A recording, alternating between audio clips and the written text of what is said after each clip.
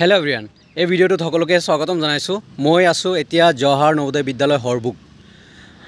আৰু এটা ষ্টুডেন্টৰ কাৰণে এটা খুবেই ইম্পৰ্টেন্ট এটা আপডেট যে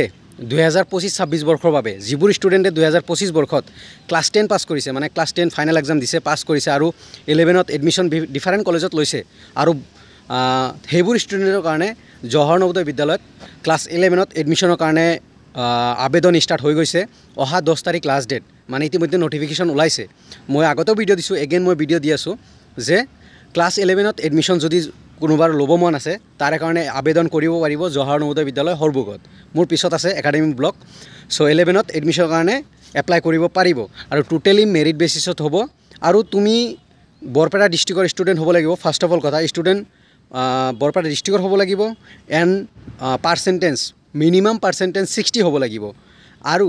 সায়েন্স এন্ড ম্যাথছত 60% থাকিব লাগিব দুটাতে মানে 60% থাকিব লাগিব সো সায়েন্সৰ কাৰণে ষ্টুডেন্ট মানে যিবোৰ ষ্টুডেন্ট এপ্লাই কৰিবা 16টা সিট আছে মেৰিট বেসিছত কোনো টেস্ট নহয় ডাইৰেক্ট মেৰিট বেসিছত সিলেকশন হ'ব আৰু আৰ্টছৰ কাৰণে 12টা সিট আছে ওকে আৰু তুমি বৰপেটা ডিস্ট্ৰিক্টৰ যদি ষ্টুডেন্ট তুমি এপ্লাই কৰিব পাৰিবা যদি বেলেগত এডমিশন লৈছা 11ত নো প্ৰবলেম তথাপি এপ্লাই কৰিব পাৰিবা বৰপেটা ডিস্ট্ৰিক্টৰ হৰবুকত জৱাহৰ নৱোদয় বিদ্যালয় আছে তাতে এপ্লাই কৰিলে 100% মানে সিকিউৰ লাইফ মানে 11 12ৰ কাৰণে ভালকে পঢ়িব পাৰিবা আৰু সায়েন্সৰ কাৰণে 16টা সিট আৰু আৰ্টছৰ কাৰণে 12টা সিট আৰু নৰমাল পাৰ্সেন্টেজ মিনিমাম পাৰ্সেন্টেজ 60 থাকিব লাগিব সায়েন্স ম্যাথছত 60% থাকিব লাগিব